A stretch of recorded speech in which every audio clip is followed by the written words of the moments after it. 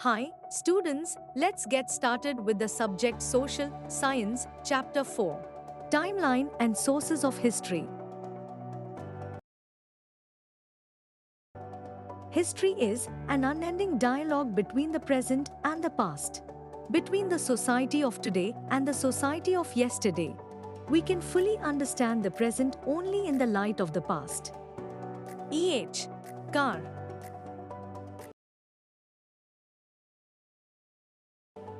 How do we learn about the past? You will discover in science that the Earth has a very, very long history, of which we humans occupy only a tiny part, the most recent one. Many people study the history of the Earth. Some of them are trained to uncover the secrets left beneath the Earth's surface and help us learn about its past and also our past. How is time measured in history? Each society and culture has had its own ways of measuring time. Major events, such as the birth of an important person or the start of a ruler's reign, have often marked the beginning of a new era.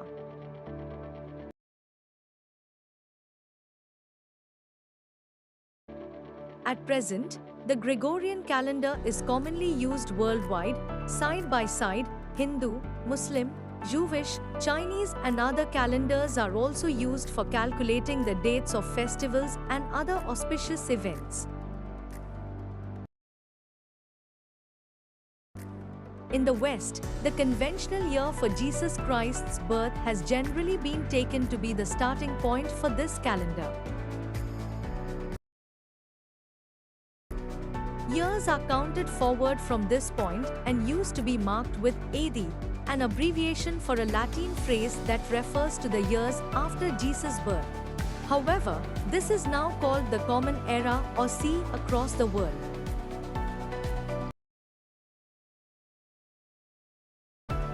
For example, 1947, the year India gained independence, can be written as 1947 AD, sometimes AD 1947 or 1947 CE. Similarly, the years before the conventional date for the birth of Jesus are counted backward and used to be marked with BC or before Christ. They are now called before Common Era or BCE. For example, 560 BCE is an approximate year of birth of Gautama Buddha, whom we will meet in Chapter 7.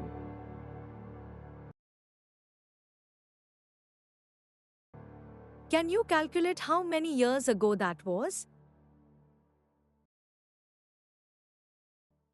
A timeline is a convenient tool to mark such events, as it shows a sequence of dates and events covering any particular period. It runs from the beginning of humanity to the present, with a few important landmarks.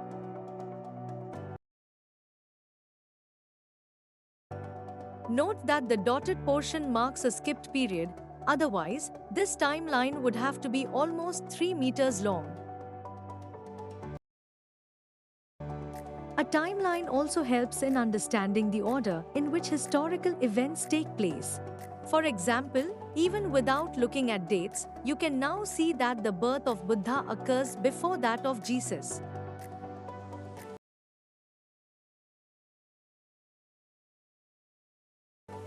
Along with a year and a decade, a period of 10 years, we often use other terms to understand longer durations of time.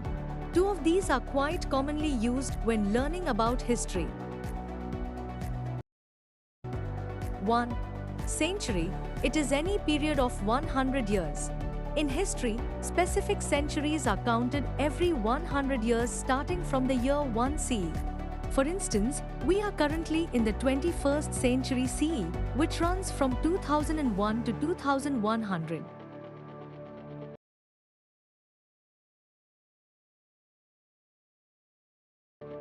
The centuries BCE are calculated beginning from the year 1 BCE and keep going back in time. For example, the 3rd century BCE would include the years 300 BCE to 201 BCE.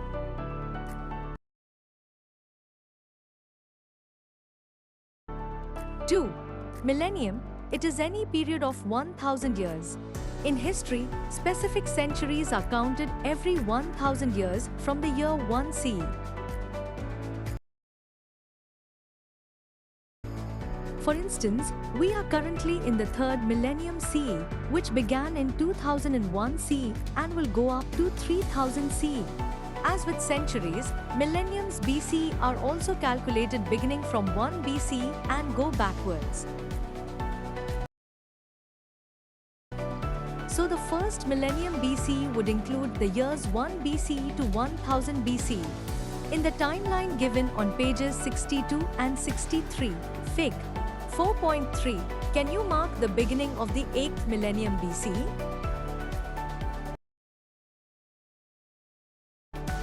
Note, in English, the plural of millennium is millenniums or millennia, both are correct.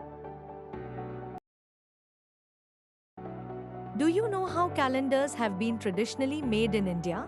Many Indian calendars rely on the positions of the sun and the moon to define the months of the year. A Panchanga is a book of tables which lists the days of each month along with related astronomical data. For instance, it precisely predicts events like solar and lunar eclipses, times for sunrise and sunset, etc. Panchangas, still widely used in India, often also give weather predictions for the year, dates and timings of festivals, and more. What are the sources of history? How did you find details about your family's past? Did you rely on things like photographs, diaries, ID cards, or memories from your parents and relatives? Every object or structure tells a story and is like a piece in a jigsaw puzzle. The objects that you see around your house convey something of the history of your family.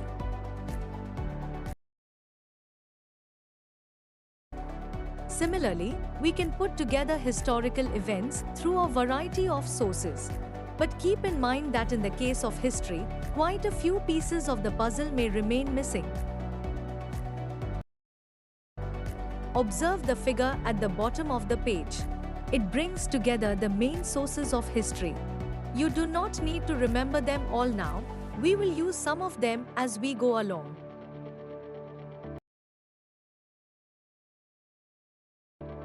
When historians study, say, a king or queen of 1500 years ago, an ancient monument, a war or some items of trade, they take great care to gather information from as many sources as they can find and consult.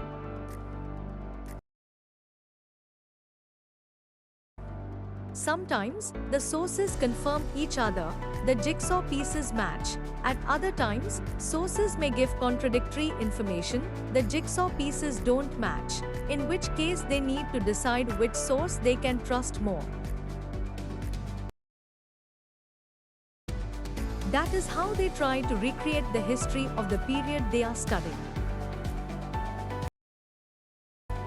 Who contributes to all these sources of history? Historians themselves, but also archaeologists, epigraphists, who study ancient inscriptions, anthropologists, who study human societies and their cultures, experts in literature and languages, and some more. In addition, in the last 50 years or so, scientific studies have been contributing more and more to the reconstruction of the past.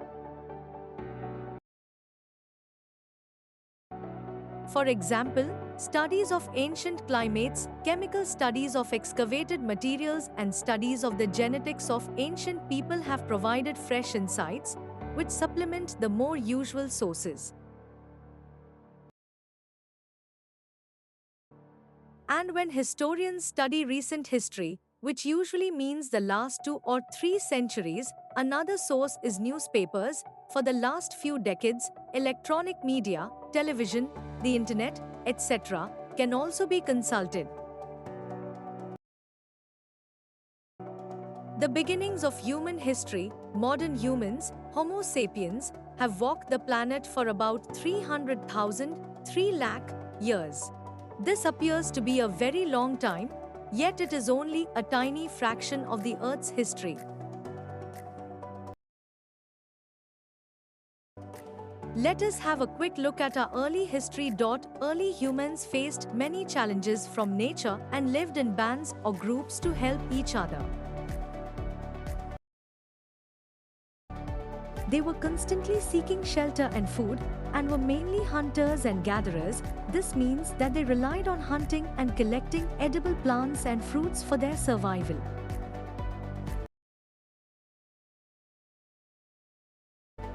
Our early ancestors also had certain beliefs about the natural elements and possibly also some notion of afterlife. These groups lived in temporary camps, rock shelters or caves, and communicated with each other using languages that are now lost. They used fire and started making objects that made their lives easier, like improved stone axes and blades, arrowheads, and other tools. Aspects of their life are visible in rock paintings found in hundreds of caves all over the world. Some of those paintings depict simple figures or a few symbols, others are more detailed and represent scenes with animals or humans. In time, these early humans learned to make simple ornaments such as stone or shell beads, pendants made of animal teeth, and sometimes exchanged them with other groups. The first crops. Over long ages, the Earth's climate has gone through many changes. At certain times, it was very cold and much of the Earth was covered with ice. This is called an ice age, as you will learn in greater detail in science.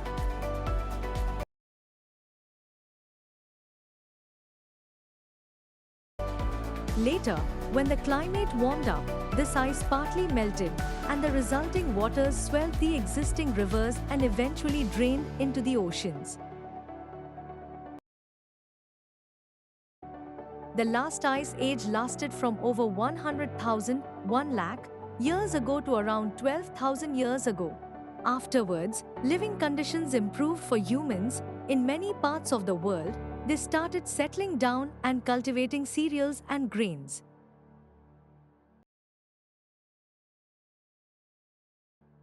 They also domesticated animals such as cattle, goats, etc.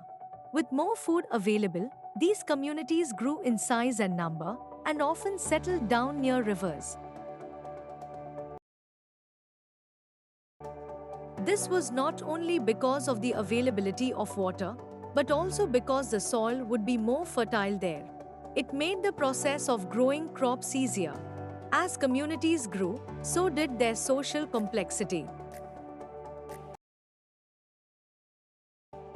Leaders or chieftains were responsible for the well-being of the people, and everyone collectively worked towards the community's welfare.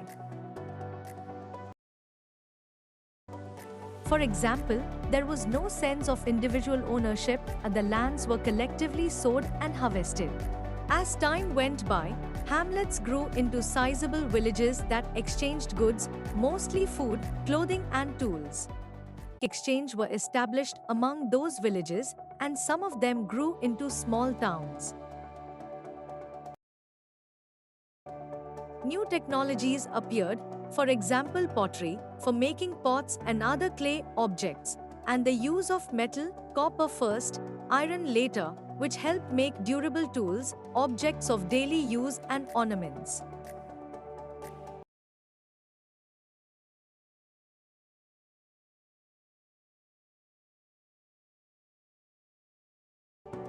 We will see in Chapter 6 how this stage prepared for the emergence of what is called civilization.